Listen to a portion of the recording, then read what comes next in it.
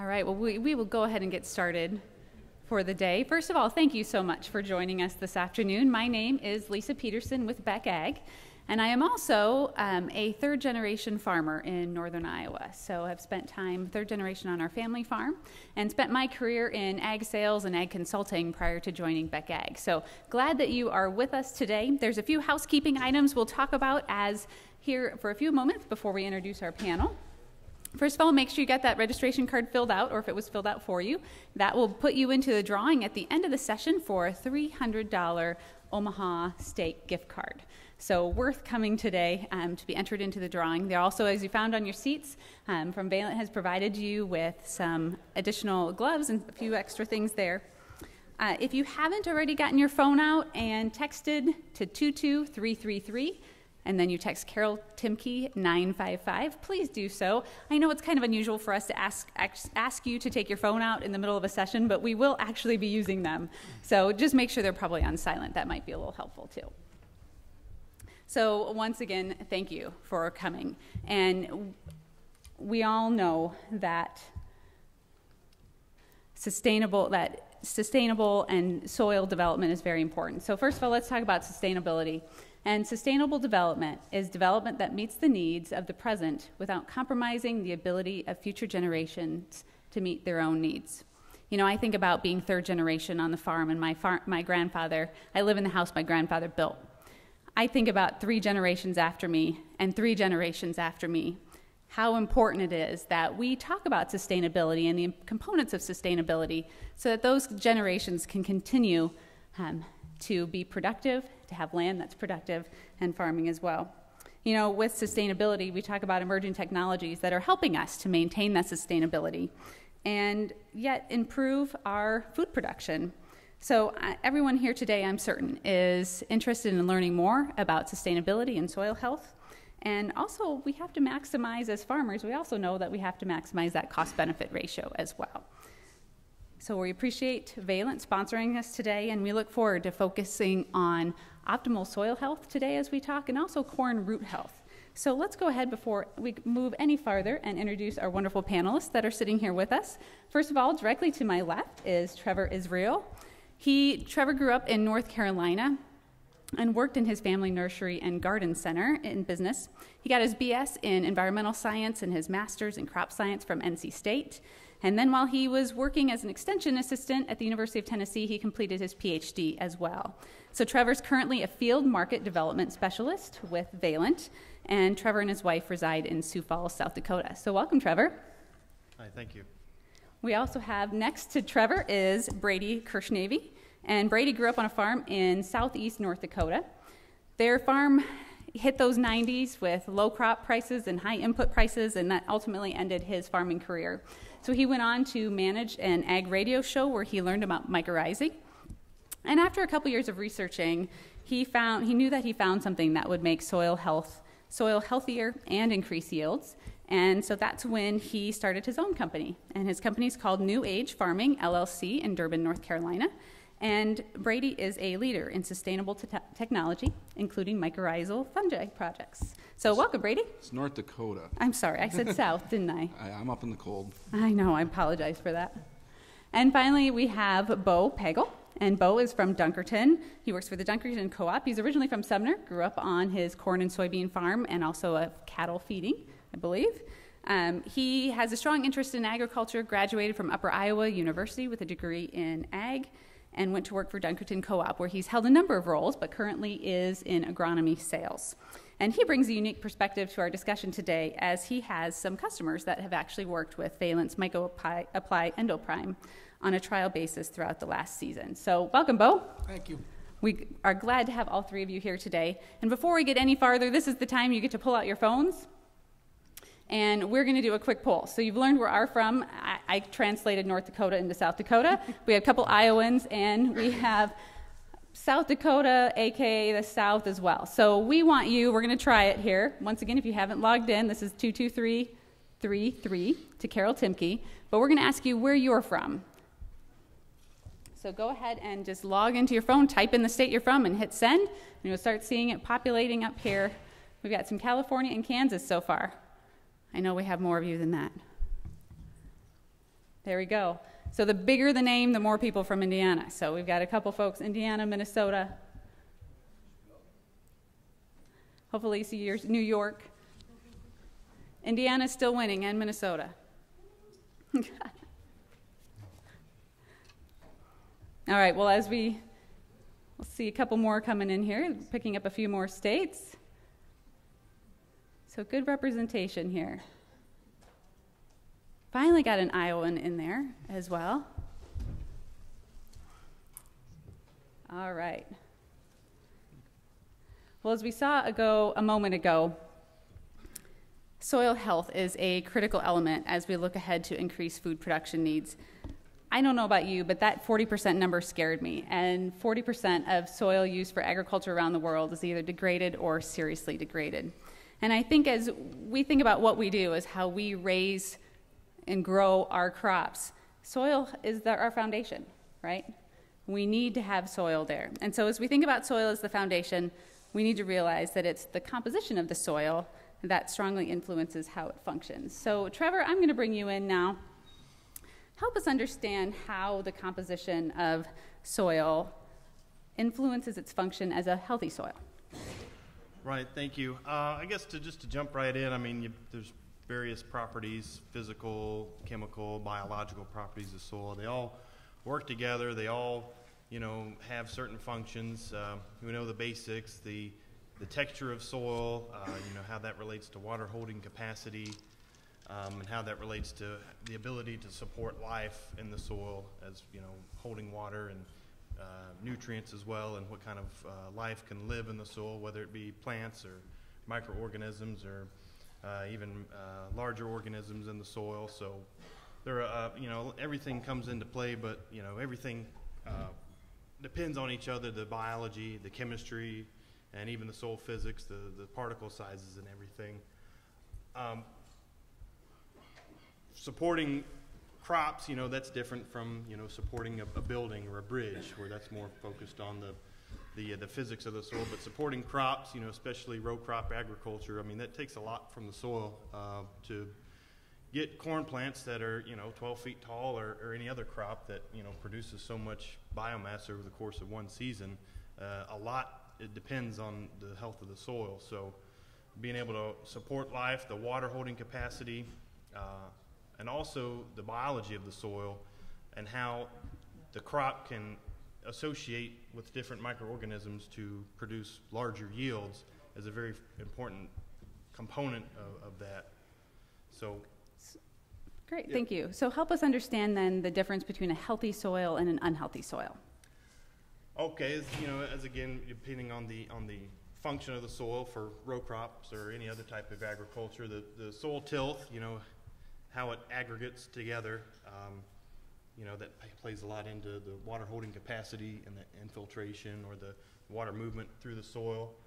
The depth, how the topsoil or the part where the crop grows, reaching bedrock, or I'm sure folks in this room can either brag or just, say how great or how poor their soil is. I mean, I saw the map there, so we all have, coming from different backgrounds, so that plays into it. The supply, but not excess supply of nutrients there, the balance there, being able to support that crop.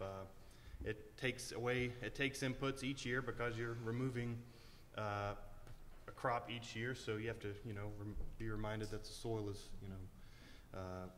a lot of pressure is on that soil to produce the crop, so you have to keep adding inputs to it. Again, weed seeds or pests, that, too many weed seeds, that could be a unhealthy soil. Too many pests, that's an unhealthy soil. But, a good balance of some of those healthy or positive microorganisms, such as the mycorrhizal fungi or any of the bacteria present in soil, the bacteria that, can fix nitrogen or can help break down some of that organic matter at the end of the year. So those are some of the positive bacteria that are present there. And again, salinity and heavy metal contamination, some of those are, problematic. A lot of people, I'm sure in this room, have to deal with certain issues with their soil, and a lot of challenges because there's so many different soils, and we try and grow the best crops we can on all sorts of soils. Great. Thank you. So Brady, you work with hundreds of growers. What would you say is your growers' greatest concerns around soil health? Getting it and how to get it.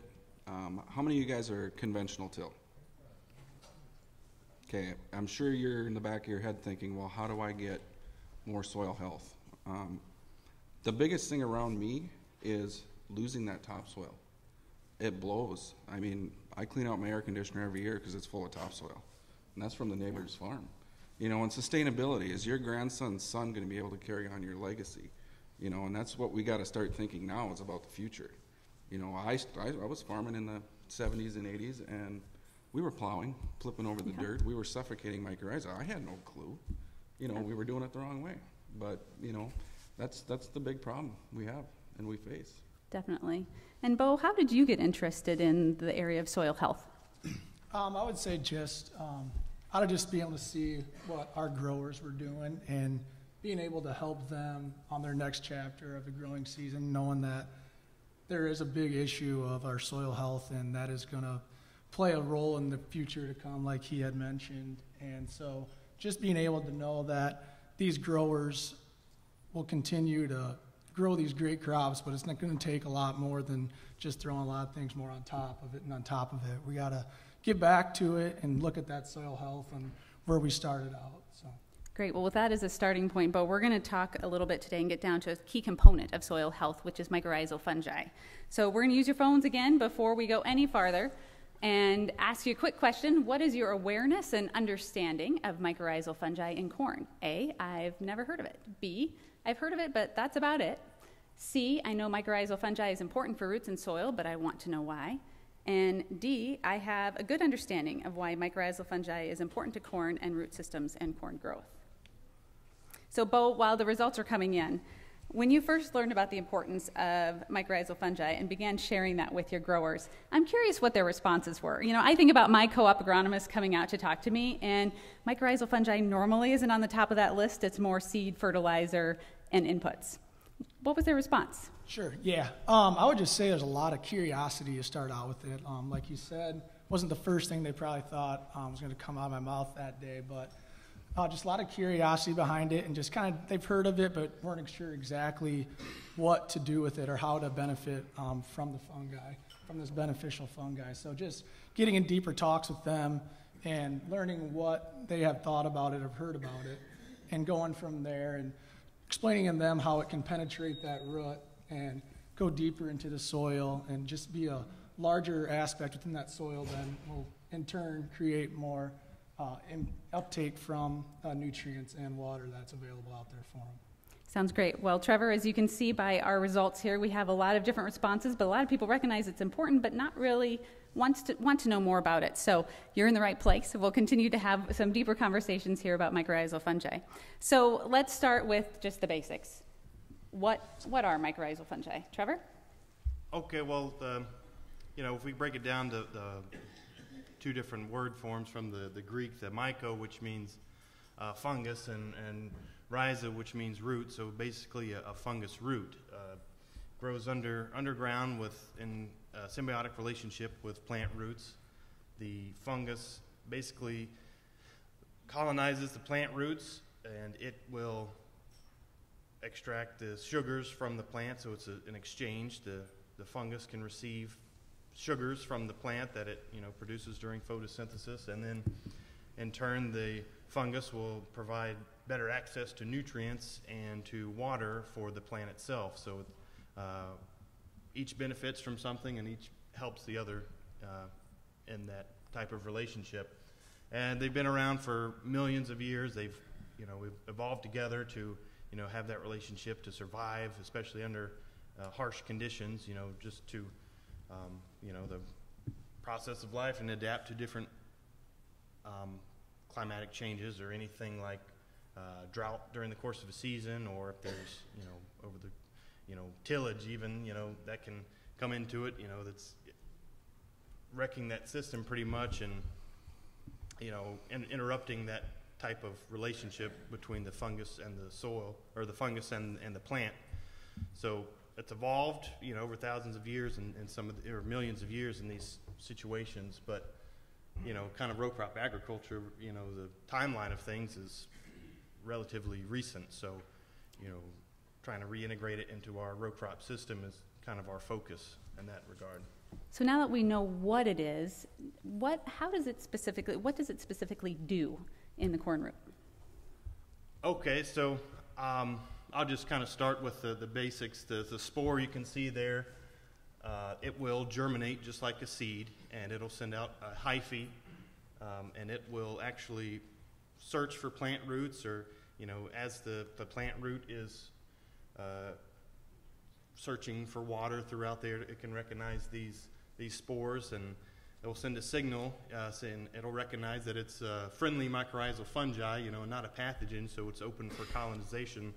And they'll form that relationship where the hyphae actually penetrate into the plant roots and form that arbuscule, which is basically, it means little tree, and that's the site of transfer. So that's the exchange. That's where the sugars go to the fungus and the nutrients and water go to the plant. That's kind of that exchange. And mycorrhizal fungi, you might see the name endoprime, that's endomycorrhizal fungi, or arbuscular mycorrhizal fungi, kind of synonymous, but that basically means that it has that interior structure within the plant roots and the site of transfer.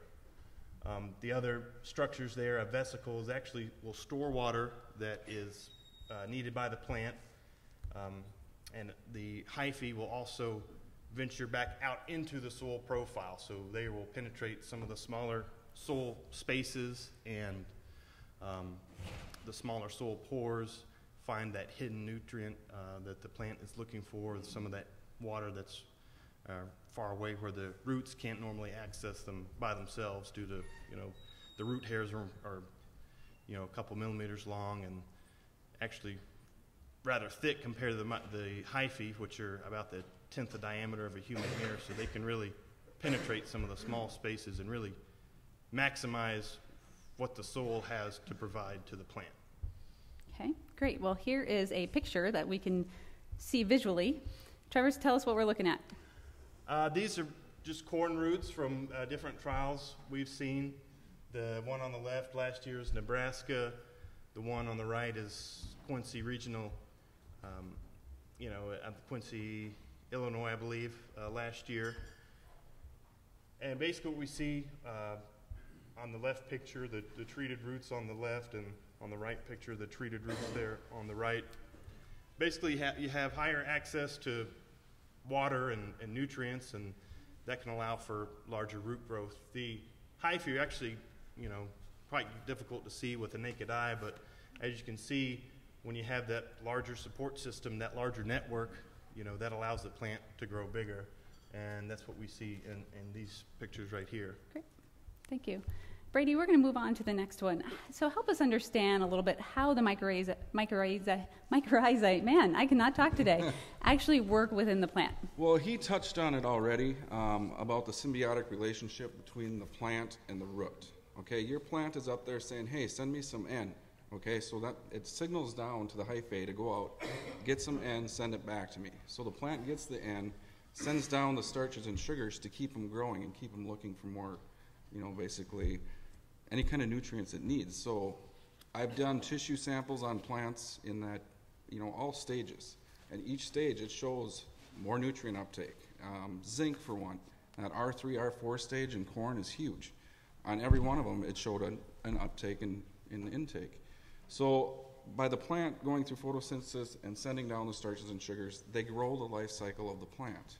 They're not a quick roots, they grow and grow and grow and keep sending water and nutrients to that plant as it calls for it. Great, thank you. And Bo, as you know, now we talk about there's also one, I think, as I understand this and think about it, one of the biggest challenges to soil health can be intensive management. And we have some of us that are no-tilling and some of us that aren't. It's amazing to think that there could be several miles of that hyphae in just a teaspoon of soil. So let's talk about the challenges that threaten mycorrhizal fungi in today's operations. So as review what's on the slide here, which of these do you see happening in your area in Iowa? So in my area in Iowa, there is a lot of conventional tilling that still does go on. And some things that I've been trying to promote lately is maybe not such of intense tillage over across every single acre if they are farming.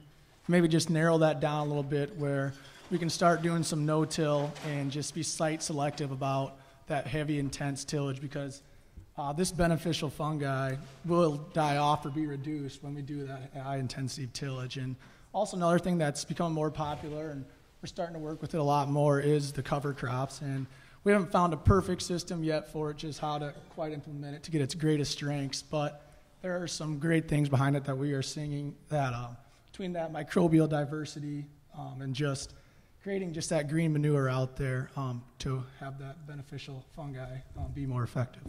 Great. So Brady, considering that we can lose mycorrhizal fungi, how do we build the population over time? I actually listened to a soil biologist. I don't have her name off the top of my head, but the only way to introduce this back into your soil is by basically buying spores and getting them back in your soil. Now, I've got no-till farmers I work with, and they've been doing it for 25 years. Their soil naturally brought mycorrhiza back. It might have been from a shelter belt, it might have been from a fence row, but it will build in a no-till situation. Okay, so if you're looking at a conventional till right now, you're looking to go no-till or limited till, the quickest way to get this back working in your soil is to put it in your soil, right next to your seeds, so it can connect to your root system and start colonizing, okay? It lives in that top 4 to 6 to 8 inches. So when we go out there and till, guess what? We're tearing them hyphae apart. We're flipping the roots on top, and the sunlight, they're dead. They have to live in the 4 to 6 inches of soil. Okay. So I found it quite fascinating that there's many species of mycorrhizae, but for our purposes of our discussion, we're going to narrow it down to 4 species that we're speaking about today. Why is that, Trevor? What's the main reason that we're focusing on these 4? Well, to put it, in the basic senses, these are the best species for row crop agriculture. These, have the kind of things we look for to benefit a plant, like an annual life cycle plant. Some of these things we see that are going to help with nutrient uptake or water holding capacity.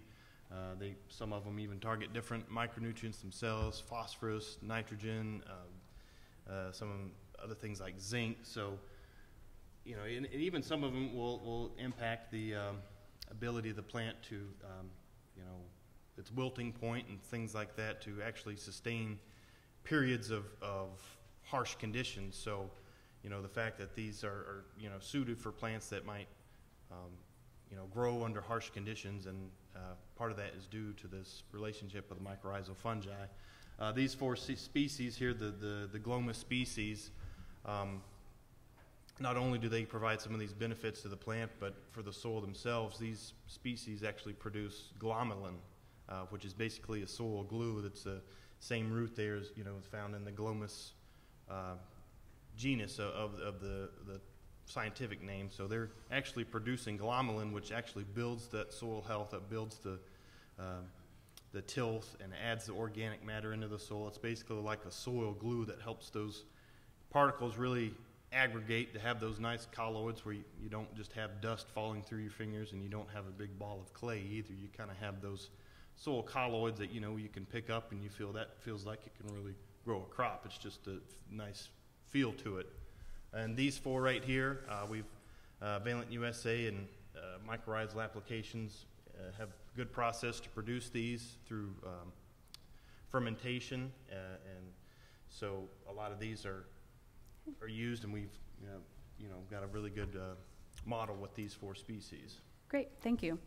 Well, before we go to you guys for another poll, I would like, Bo, I know you've probably seen this graphic before, and as you understand how mycorrhizae impacts soil health and the key growth stages, how does this reinforce to you the importance of this component of healthy soil? Yeah, so just overall, just by having that healthy soil, we're going to increase the water infiltration and the supply of nutrients to that crop that's growing throughout the year. And some things that I've seen is just being able to store those nutrients and water for a longer period of time. And this is where the mycorrhizae, that's really going to benefit us in those more non-ideal soil areas. And so just being able to store some of them nutrients throughout that whole growing season is something that's going to be very important for us. Great, thank you, Bo. Well, before we move on, we're going to make sure we spend enough time covering kind of the importance of this. So I have a quick poll for you again.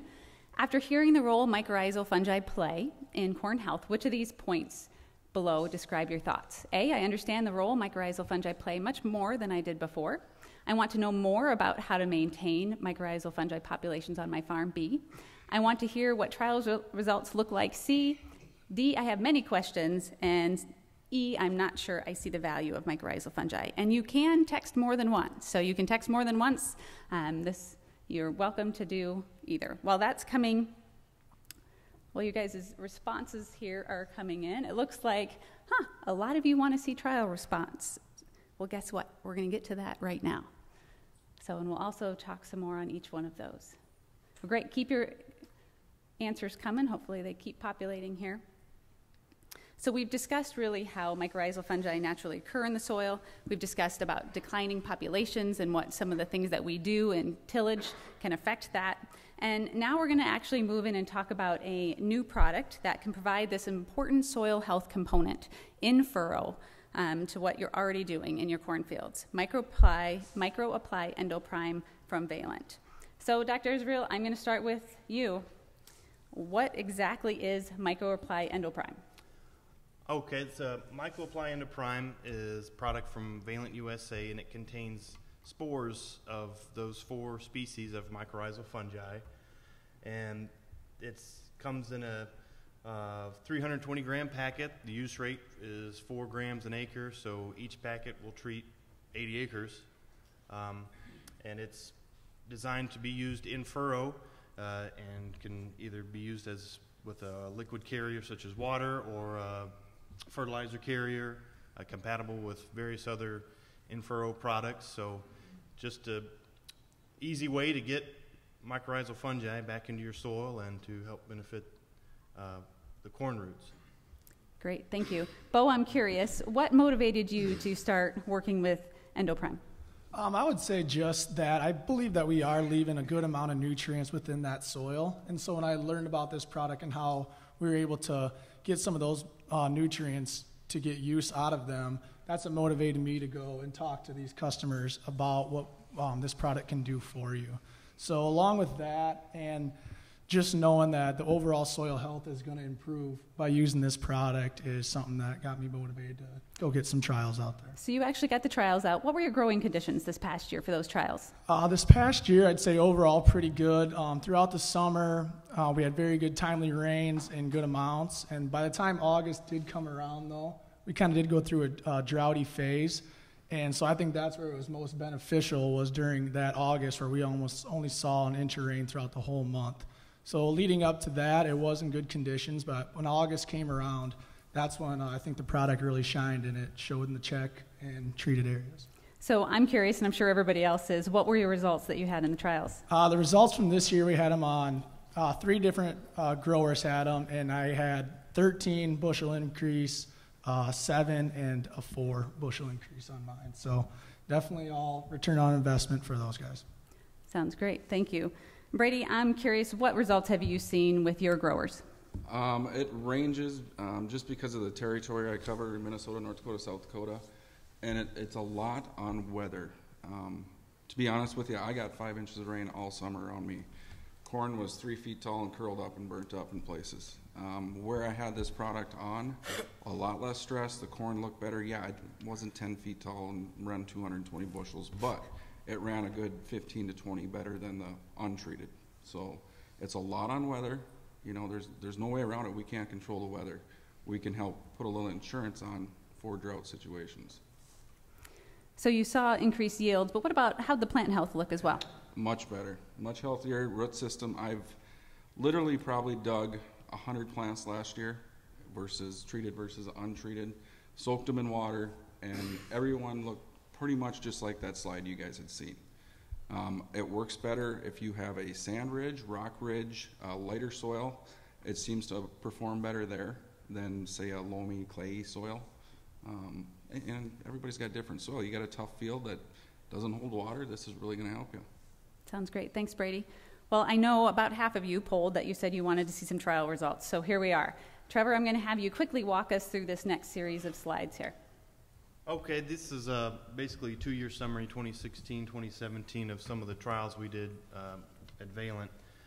This basically untreated versus treated, the Micro-Apply Endoprime, just some yield charts here.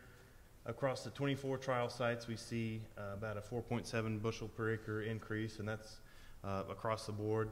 We can, getting into some of the finer details and kind of differentiate between some of the trial sites, I believe on the next slide. So this will show some of the locations, various states, South Dakota, North Dakota, Iowa, Nebraska, Illinois, so pretty much throughout the Midwest and the Corn Belt. And what we've seen is a positive yield response in about 75% of the cases. So, I don't know, if dealing with biologicals, in my book, that's a pretty good success rate, especially, agriculture is just scratching the surface of many of these biologicals, and the more we learn, the more we can fine-tune some of these recommendations. But for that right there, that's a pretty good starting point. And especially under some of the harsh conditions, I think we'll see on some of the other slides. Here we see with abiotic stressors, so this is either low phosphorus soils or high pH soils, and that bumps it up to about a 6.1 bushel per acre increase, treated versus untreated. And then we see some, breaking that further down into some low phosphorus sites, 7.1 bushel per acre increase. That's with phosphorus levels 20 parts per million or below. And on the next slide, I think some of the high pH sites, we see about an 8 bushel per acre increase. So, once you get further down into some of these abiotic stressors, high pH, low phosphorus, really see some great benefits to the mycorrhizal fungi. If I can jump in for 1 second on the phosphorus piece, these hyphae have the ability to release an enzyme and unlock the phosphates that are locked up in your soil naturally. Okay, so in the low phosphorus sites, that is probably why you're getting a bushel increase. Thank you. Thanks, Brady. Droughts also, we've touched on that. Bo touched on it, Brady both touched on it. We've seen some benefits with drought. Trevor or anybody want to touch on what their experience has been with the product in drought conditions? Well, I think I kind of touched on it already. Like I said, I got 5 inches of rain around my place. Now, not every site, not every farmer I go to had that drought, so not everybody got a 15, 20 bushel increase. That's an extreme, okay? But yeah, the 6, 7s is what I see normally in a average year, with an extra nutrient uptake, the phosphate unlocking. Drought, it just seems that bigger root system, which it can blow up by 50 to 100 times, surface area-wise, really helps in drought situations, which it's common sense. More roots, bigger roots, it's going to bring in more nutrients and water.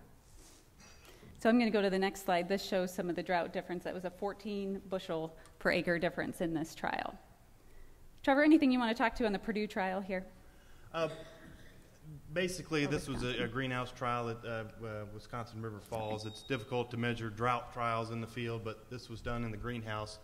Under a really controlled environment, you can measure how much water is given to the untreated check and versus the Micro-Apply plants. You really control the water given to those plants and really simulate harsh drought conditions. And we see the Micro-Apply treated corn actually survived 6 days longer than the untreated corn, and over the course of the growing season, that can really make or break until the next rain. The effects on the plant will decrease wilting. That plant will not lose as many leaves. It will still be able to hold water and be able to produce an ear, basically, until the next rain. It can actually still photosynthesize under drought conditions because it does have access to more water and has stored water in those vesicles. So really extends that and help that plant survive and produce. Great, thank you. So we've talked about now what is Micro-Apply Endoprime. We've talked about how it works. We've seen some trials. Now let's talk about how you actually use it. So Brady, how have your growers used Micro-Apply Endoprime? On 99% put it in furrow right with their startup fertilizer. Okay, there's a select few who just wanted to maybe try it on some different hybrids of corn where they, the little packet comes with a scoop, and they measured it out and just put it in trial strips. So they treated it on the seed at that point. Okay. But, if you're doing 80 acres, most guys just throw it right in with their startup, their 624-6 or 1034 or whatever you're putting in. Okay. Bo, how easy was it to incorporate into what your growers were doing? Yeah, it implemented really well. They were able just to start out with putting that starter in there and then come with the quick slurry of the Endoprime mixed with some water, and that could go right in there with that starter. So I know that time of year we're trying to get as much done as possible before that next rain. So that was one of the big things that they kind of brought back to me, was glad I didn't have any time-consuming issues with that. It was very easy to implement into their normal in-furrow system. So it sounds like it was very easy to use and easy for them to implement. Trevor, anything else you'd like to add on formulation-wise or tank mixing? For the MicroPly Endoprime, like these gentlemen have said, very easy to incorporate into an existing system, in-furrow system. Very compatible with all these, both on a physical standpoint as far as to the formulations mix well together, and also no effect on the life of the mycorrhizal fungi. So, you think fungicide in with a fungi, that's probably going to have bad effects. Well, not with these products we see here. The spores are still able to colonize the roots and provide that effect to the corn plant with some of these commonly used products. Great, thank you. So I know one of the questions, we've talked about some really big benefits here of MicroPly Endoprime and the benefits of mycorrhizal fungi. I know one of the questions I'm sure you're probably thinking is, what's the return on investment? We've talked about anywhere from a 5 bushel to up to 14 bushels. Brady's seen, and Bo have seen that in the field as well. Brady, what kind of ROI were your growers seeing? Well, commodity prices aren't real great, so they're not real, you know what I mean? So Very true. You kind of got to go with that, but 2 to 3 to 1, somewhere in there is average. Okay, sounds great. Trevor, when you're calculating an ROI on increased yield, it's pretty straightforward. You get increased yield, you can figure the ROI. But what about the long-term benefits of applying MicroPly? Right, and some of the longer-term benefits, Brady's mentioned on some of this. Think about legacy, or what are you doing next year? How are you, improving your system? Not all of it is, some years you have to make money and do what you have to do, but in the long term, we all have a long-term plan of thinking, this has got to last me and last my, legacy or future generations of a farm. What are we doing to make our farm better or make our production better for years to come? And one of the ways is added soil health. I mentioned the glomalin produced that will actually hold the soil together. It's kind of that glue, and it's, I believe, about 60% of the actual organic matter present in soil is coming from that glomalin, that is that soil glue. Other ways Brady's mentioned, being able to produce crops, in different systems. Different crops require different needs. Reintroducing the mycorrhizal fungi to fit a certain production system. That's the way you want to go. That will benefit future generations as well. Great. Thank you. Bo, what excites you most about short and long-term benefits to your growers? I would just think that the whole soil health aspect is now in mind of some of these growers that I've worked with here, including this Endoprime product. So that excites me that they have that mindset in there that we need to start paying a little more attention to the soil health, because, as I said, there is a lot of nutrients in the ground that we might not getting to right now. But with this product, we've seen the results where we are able to get to those nutrients that are available. And I think that as we keep on getting more and more into this, that they're going to start limiting maybe some of those macronutrients out there. And so with this product, we're able to grab some of those. Sounds great. Well, thank you. Well, we have appreciated having each and every one of you here today, and hopefully you've learned a little bit more about soil health, mycorrhizal fungi, and incorporating MicroPly Endoprime into your practices. I'd like to thank their panelists for their time. We're going to get one last closing thoughts from each of them here in just a minute, but first we are going to do our first drawing for the $300 Omaha steak. All right, has everybody turned it in? I see a few others that are still... It suddenly got a lot more important than it did before, didn't it? $300 Omaha steak cards, and you must be present to win. Carol, I got another one up here. All right. Sure, and we can go ahead and take that question now as we're drawing. Where's the question? Do you have a mic? Yeah, go ahead. I actually have 4 questions. Is that all right? Hey, the more the better. Bring 'em Okay. on. Well, how about we start with one, we'll wrap up and do a couple things, and then we'll stay and we'll answer the rest of the 4 too. How does that work? Okay. All right. I've been hearing from some people that are putting, in-row fertilizer and stuff like that, to get good coverage of these products, you're wanting to go to 10 gallon an acre or something like that to get optimum coverage. What are you guys recommending for gallons per acre on that in-row? The main point for this product is just to get in-furrow contact with the seed, as close to the seed as possible. Some of the, I think 10 gallons, 5 gallons per acre, these guys probably use several different rates, but the main point is to get it as close to the seed as possible, so for rapid colonization. I think to keep this really simple is don't change what you're doing. Each pouch covers 80 acres. So all you have to do is mix that in a 2.5 gallon jug with water and slurry it, pour it right in with what you're doing, your 1034O, whatever, and just go. Don't make it complicated. If you're putting it on at 5 gallons an acre, an extra 2 gallons in there you don't have to change your rate.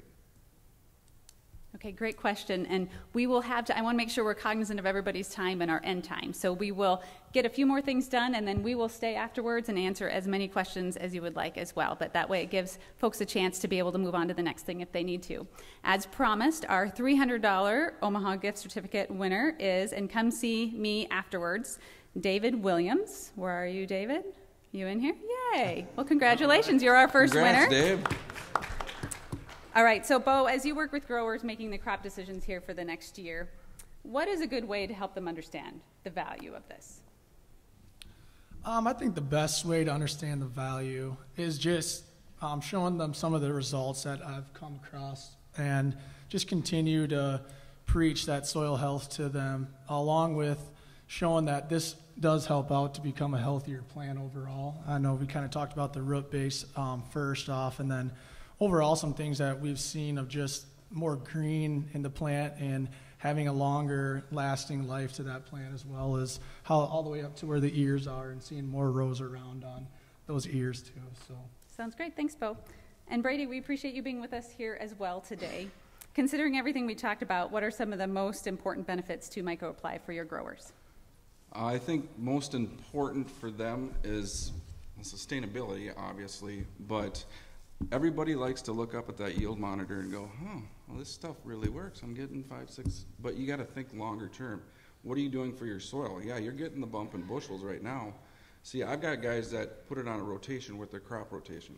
So say you got 3 different crops you're rotating, they just put it on their corn every year, so as you put, say, beans or whatever you're putting on the next year, as long as you don't till it 14 times before you put your next crop in, there should be some beneficial fungi down there to help your next crop.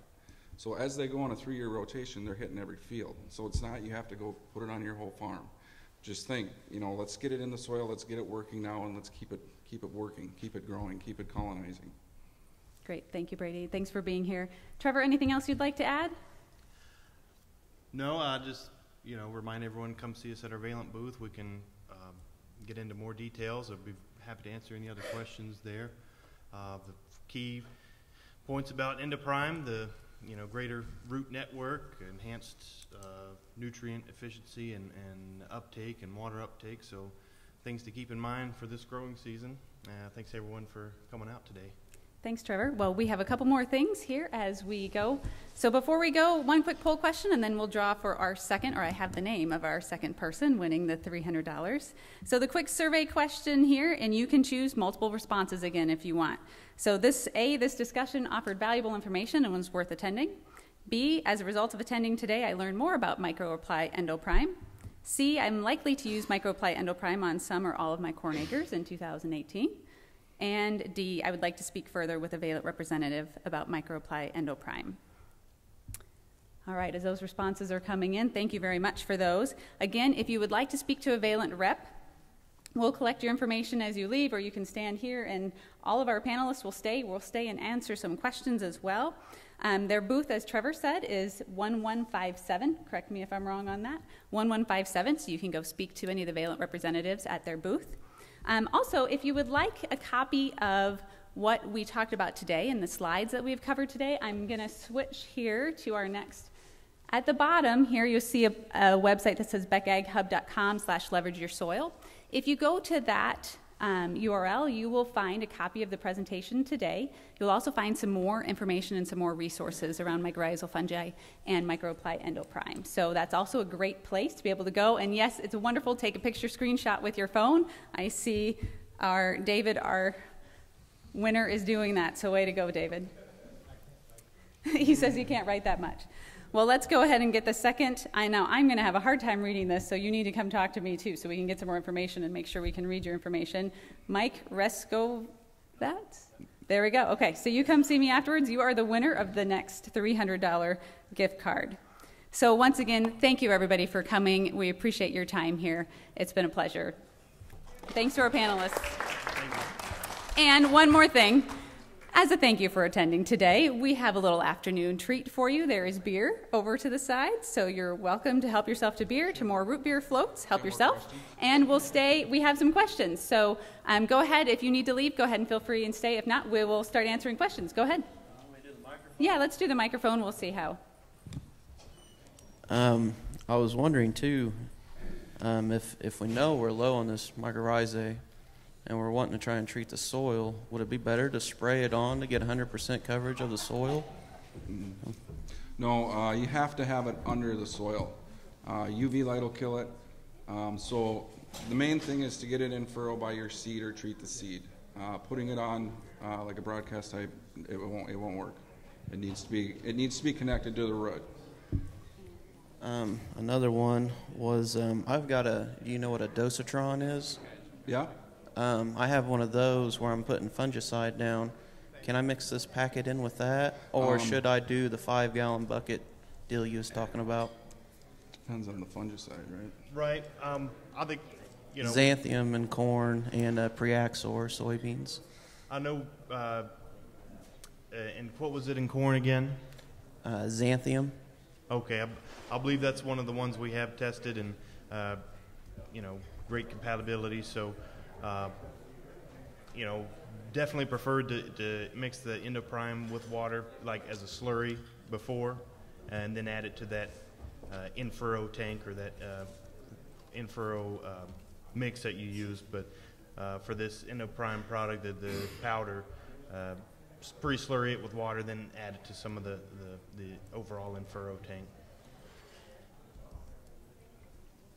And I seen 1034O on the list and a couple other fertilizers, but I didn't see anything that was 100% ortho. I know 100% ortho doesn't mix well with certain things. Is this something that can mix with 100% ortho?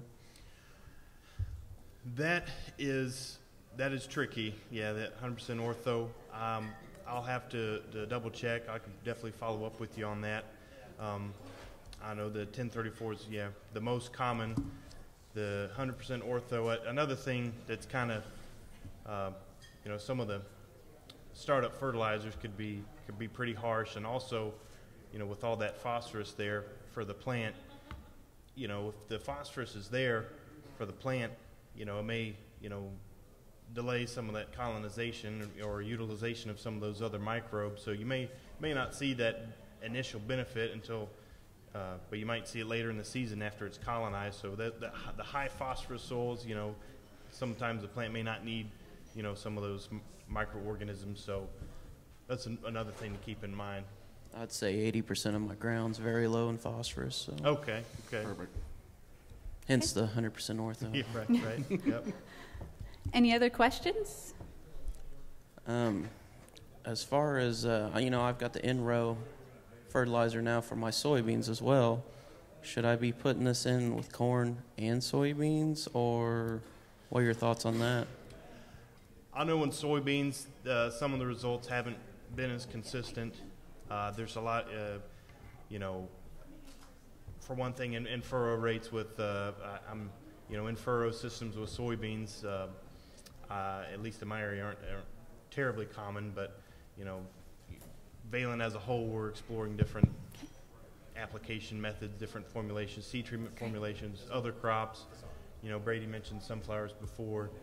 Soybeans are one that it's looking more towards the seed applied route, but again, you know, kind of fine tuning some of these recommendations, making sure that there's no ill effects on the inoculants as well. So kind of looking at the whole system before we really launch into soybeans. Great. But definitely pursuing that. Great. We have another question over here. I have been involved in no-till for 26 years. Has that built the organisms up you mentioning from fence rows? I mean, we've seen gradual soil tilt, organic matter increase over that time. We did a thing for our conservation thing, but we went back 10 years, and on all fields, organic matter has increased within the last 10 years.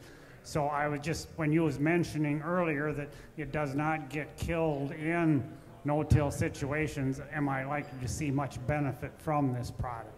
I have a farmer that's no-tilled for 26 years. He's actually a friend of mine, and he said, you know what, I'd like to try it.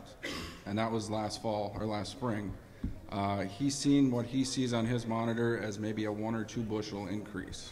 So now, is that ROI worth it? Maybe not. You know, if you've been doing it that way for that long, good for you. Great. And some of our trials, some of the Valent trials, we still have seen benefit in some of the no-till systems, and some of these conventional till, high stress situations, not quite the same level of added benefit, but still a benefit. I would think in a dry year, Well, you'd yeah, see right. it more. Especially, you know, in a dry year, it all depends on what the stressors may be for that year. If only we could predict when we're going to get a drought, right? Any other questions? Yes?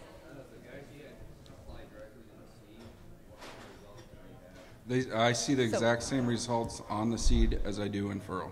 We'll repeat the question just to make sure that Oh, everybody can hear sorry. it. He asked if I seen any difference between treating it on the seed or in furrow. No, I don't. I've been doing this for 8 years, and it's the exact same. I mean, it's a matter of getting these spores. In one of those pouches, there's 7.2 million spores. So it's a matter of getting them in the soil where the roots can come in contact with them and start recolonizing. So I have not seen any difference. And I'll just, brief disclaimer, this, you know, we don't have a recommendation for the seed for the Endoprime product. It's strictly for in-furrow. We are developing some of the seed-applied formulations, but, you know, same idea that Brady said, you know, get it started out close to the seed. This in-furrow formulation, you know, really formulated best for that, but just wanted to mention that. Any other questions? Yeah, go ahead. I heard Endoprime and Myco Apply. What are the difference between those two? Just occasionally I shortcut it. Right. Yeah. So the mic, it's the same. Myco Apply. Actually, we do have other formulations that we market. We have a Myco Apply Endo, which is a granular formulation. We have a Myco Apply Endo Max, which is used on a lot of vegetable transplants or horticultural applications, like that's a soil drench type application in other areas. But so I guess the Myco Apply is the overall brand name, and some of these Endoprime are getting into some of the formulations. I also don't have any agitation on my tanks. You know, sometimes it'll rain and I gotta leave fertilizer in the tank for, you know, maybe a couple of weeks. Is there any risk of it settling out of the tank or anything like that? There is. It's best to recirculate it. You know, re-agitate it before you start again. Mm-hmm. Yeah, which I'm sure most people do anyway. So you wouldn't have to add any more or anything No. like that? No risk of the spores dying or something if it's in the fertilizer too long? Overnight, I wouldn't be worried. You said a couple of weeks. I can't speak to that without knowing what all's in the tank. But I would, you know, I would be okay saying overnight, but I wouldn't push it any more than that, just from my experience. Or So if that does happen, probably reapply. I'd safely, yes. You know, if it drags out 2-3 days, yeah. 2 weeks, that's a long time. Yeah, that happens to me Yeah. frequently. Oh, It seems jeez. like almost every year. right. That's brutal. Wow. Another question here. As far as nutrient uptake goes, are you seeing where we can maybe cut rates back because we're more efficient with our? It's a good question. Nutrient uptake? I do have farmers that I have been working with for 7-8 years now that have cut back 10% on nitrogen, potassium, and 15 on phosphorus because of the ability to unlock them phosphates. They're seeing good results. So it takes time to get to that mycorrhizal level in your soil, though. You know, to get that soil health, the tilth, the structure. But yes, that's the long-term goal of my company, is to maybe cut some fertilizer costs. You know, it's only going to help.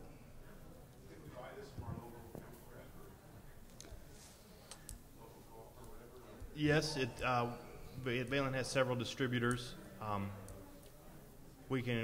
know you're at Kansas, right? Or Iowa, excuse me, Iowa. Yes, come see us again at the booth, and there's several retailers there. You know, a distributor there as well. So, yes. Alrighty. Well, thank you, everybody. And we'll still be hanging around afterwards, too, if you need anything. One more, sorry. After we've been using this product for a while, how long, you think does it take before, we've got the mycorrhizae population back up and maybe not have to apply this product anymore? Or is that such a thing? It depends on your farm situation. Are you going to conventional till still? Are you going to try and go to no-till? Or what are you doing, We're mainly vertical tillage on the corn stalks, planting beans after that. Okay. And then strip till on the bean stubble to be planting corn. I have no definitive answer for that. It's tough to say where your soil sits right now. I know there is tests I've sent in to actually look at your mycorrhiza levels in your soil. Every one I've sent in comes back lower, deficient, or non-existent. So that is something I'm working with through my company to see with the farmers I'm working with how long it takes, to build it back up to acceptable levels. So I don't have a definitive answer for that. I wish I did. Wish I could say, 4 years from now you're going to be sitting in a lot better situation. It just depends on your farming practices.